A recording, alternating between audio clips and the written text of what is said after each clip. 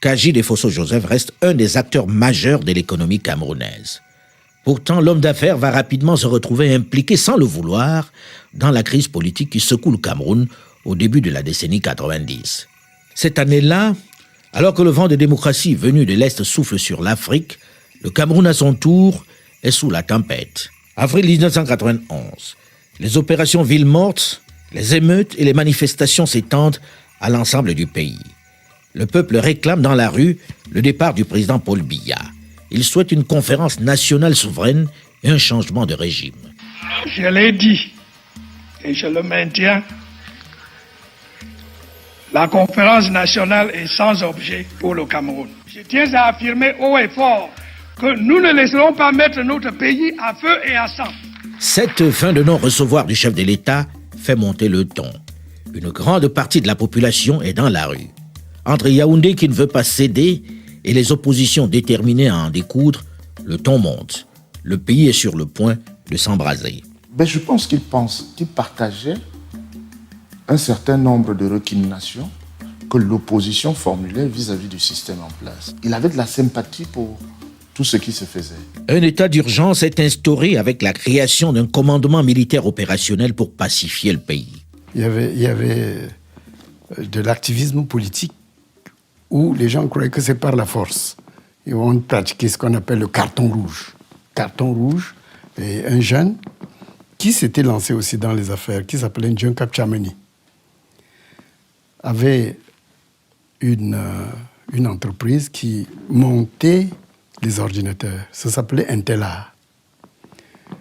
Ce jeune, parce qu'il était l'un des leaders qui faisait brûler les pneus dans les rues, etc., M. Kadji a été l'un des très grands protecteurs de ce monsieur quand le monsieur s'est mis en difficulté. Et il a fait en sorte que ce monsieur, vraiment, qu'on préserve sa vie. En effet, une chasse à l'homme avait été lancée contre ce leader de l'aile dure du mouvement. Kaji Defosso-Joseph, malgré le climat de tension ambiant, va intervenir auprès de l'autorité de la province du littoral afin que soit levée cette fatwa officieuse. Ainsi, Ndjeu Kamtchameni va être officiellement logé à l'hôtel Arcade, qui est une propriété du groupe Kaji Defosso, gérée à cette période par Nicole, la fille de l'homme d'affaires. À cette époque-là, on était nombreux là-bas. Ndjeu Kamtchameni, son épouse, Célestin Monga, les Takou. Je me rappelle quand Bello Bouba est rentré d'exil, quand il est arrivé à Douala pour la première fois, c'est à l'hôtel Arcade qu'il a résidé. La première conférence publique de Samuel Ebois, c'était à l'hôtel Arcade. Le premier club de la presse de la Nouvelle Expression, c'était à l'hôtel Arcade. Et Adamoun Damdjoya, sa première conférence de presse, c'était à l'hôtel Arcade, dans le cadre du club de la presse de la Nouvelle Expression.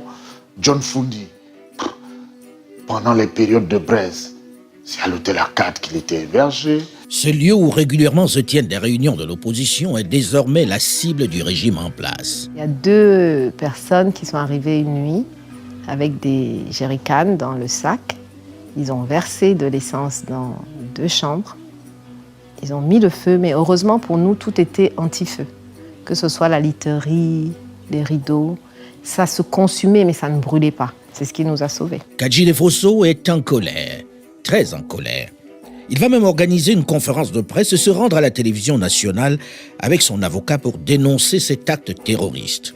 Une nuit, à l'hôtel Arcade, se déclenche un incendie.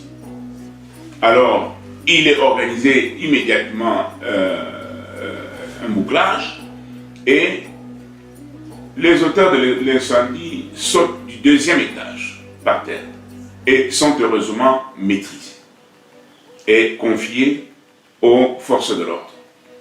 Et à la grande surprise, ces 2 personnes sont porteuses de cartes d'identité qui n'étaient pas leurs vraies cartes d'identité.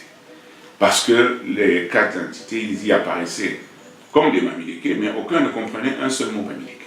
Et pour finir, on s'est rendu compte effectivement que ce n'était pas les Bamileke.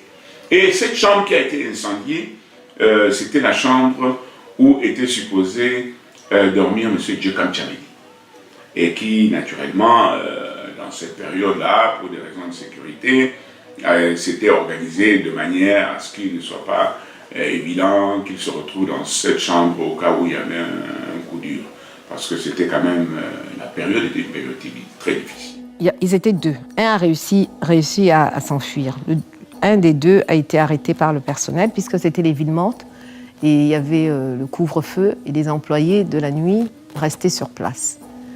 Donc, essayant de s'enfuir, il se fait arrêter. Moi-même, je dormais à l'hôtel, donc il nous a raconté... C'était un militaire, en fait. C'était des militaires. Et au tribunal, on porte plainte, et au tribunal, ce dossier se perd. On ne retrouve plus aucune trace. Je suis à Paris un jour, quelqu'un sonne à ma porte et me remet le dossier. Et j'envoie à ma sœur. La cabale contre l'homme d'affaires ne s'arrête pas là.